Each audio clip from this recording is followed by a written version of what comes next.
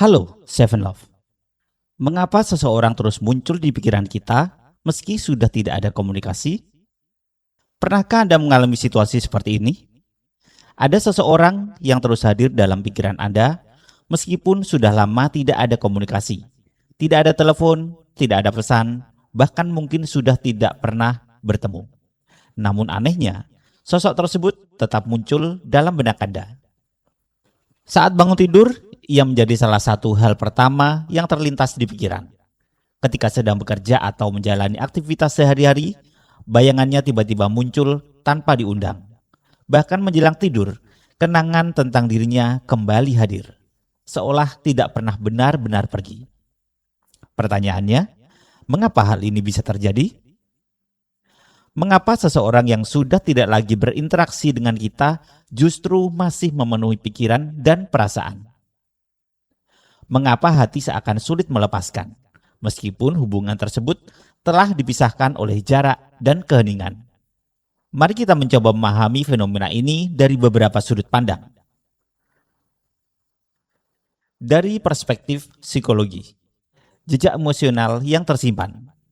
Dari sisi psikologi, ada alasan yang cukup kuat mengapa seseorang dapat terus hadir dalam pikiran kita. Setiap kali seseorang menyentuh kehidupan kita secara emosional, baik melalui cinta, persahabatan, maupun hubungan yang singkat tetapi bermakna, ia meninggalkan jejak dalam memori. Otak manusia memang dirancang untuk menyimpan pengalaman yang memiliki muatan emosi yang kuat.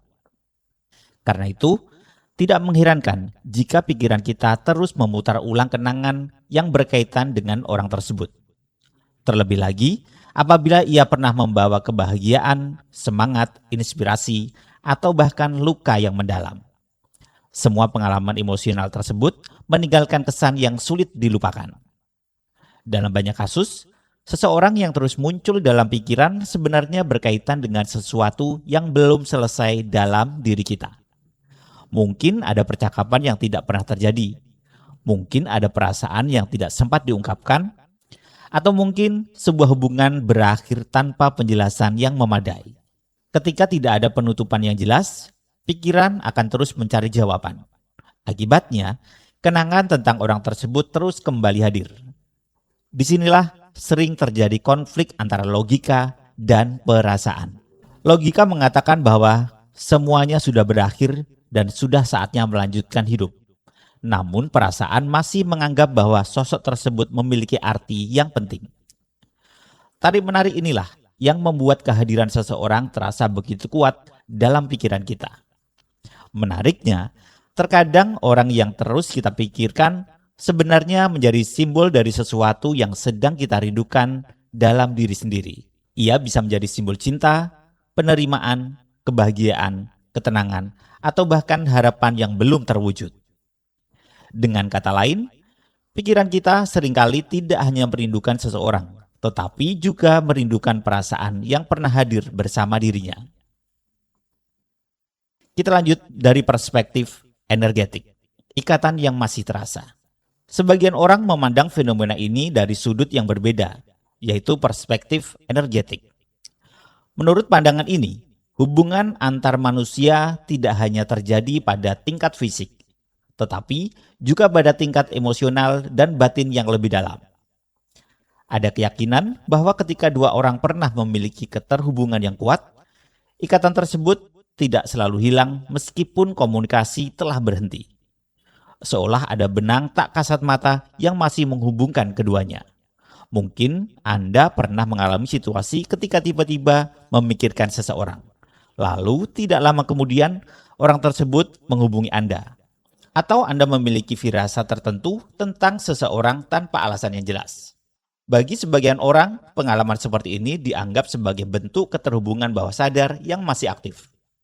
Dalam konsep Law of Attraction atau hukum tarik-menarik, perhatian yang terus-menerus diberikan kepada seseorang dianggap sebagai energi yang terus dikirimkan kepadanya.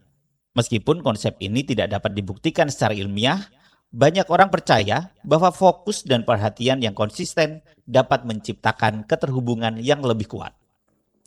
Ada pula yang mengaitkannya dengan telepati atau komunikasi batin. Pandangan ini meyakini bahwa dua orang yang pernah memiliki ikatan mendalam tetap dapat saling merasakan keberadaan satu sama lain tanpa harus berkomunikasi secara langsung. Lanjut yang ketiga, dari perspektif spiritual, pelajaran yang sedang diajarkan. Dari sisi spiritual, kemunculan seseorang yang terus-menerus dalam pikiran sering dipandang sebagai bagian dari proses pertumbuhan diri.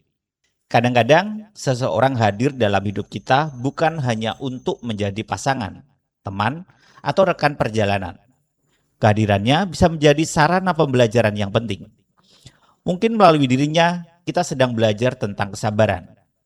Mungkin kita sedang belajar menerima kenyataan yang tidak sesuai harapan. Atau mungkin kita sedang belajar mencintai diri sendiri dengan lebih baik. Selama pelajaran tersebut belum benar-benar dipahami, pikiran kita akan terus membawa sosok itu kembali sebagai pengingat. Ada pula konsep yang dikenal sebagai kontrak jiwa, yaitu keyakinan bahwa pertemuan tertentu dalam hidup memiliki tujuan yang lebih dalam daripada yang terlihat di permukaan. Bukan selalu tentang hubungan romantis, melainkan tentang pertumbuhan, penyembuhan, dan pembelajaran yang perlu dijalani. Terlepas dari benar atau tidaknya keyakinan tersebut, banyak orang menemukan makna yang lebih besar ketika melihat pengalaman hidup dari sudut pandang pembelajaran. Dan apa yang sebaiknya dilakukan? Jika ada seseorang yang terus hadir dalam pikiran Anda, ada beberapa langkah yang dapat dilakukan. Pertama, cobalah memahami apa yang sebenarnya dilambangkan oleh sosok tersebut dalam hidup Anda. Kedua, berikan ruang bagi diri sendiri untuk mendapatkan penutupan emosional. Menulis jurnal atau menuangkan perasaan dalam bentuk tulisan seringkali membantu proses ini. Yang ketiga, jangan terlalu keras melawan pikiran yang muncul. Semakin dilawan, terkadang justru semakin kuat. Biarkan pikiran itu datang dan pergi secara alami. Keempat, gunakan energi tersebut untuk kembali fokus pada diri sendiri. Jadikan pengalaman ini sebagai kesempatan untuk bertumbuh, memperbaiki diri, dan memahami kebutuhan emosional Anda dengan lebih baik. Yang kelima, percayalah pada proses dan waktu. Tidak semua jawaban harus ditemukan hari ini. Beberapa hal memang membutuhkan waktu untuk dipahami. Pada akhirnya, ketika seseorang terus hadir dalam pikiran kita, itu menunjukkan bahwa masih ada sesuatu yang hidup dalam diri kita, baik berupa kenangan, emosi, maupun pelajaran yang belum selesai. Daripada menganggapnya sebagai kelemahan, mungkin lebih bijaksana untuk melihatnya sebagai bukti bahwa kita adalah manusia yang mampu merasakan dengan mendalam. Karena itu, alih-alih terus bertanya, mengapa saya tidak bisa berhenti memikirkannya? Mungkin pertanyaan yang lebih penting adalah, apa pelajaran tentang diri saya yang sedang ingin ditunjukkan melalui pengalaman ini? Terkadang, jawaban yang kita cari bukanlah tentang dirinya, melainkan tentang diri kita sendiri. Terima kasih sudah menonton.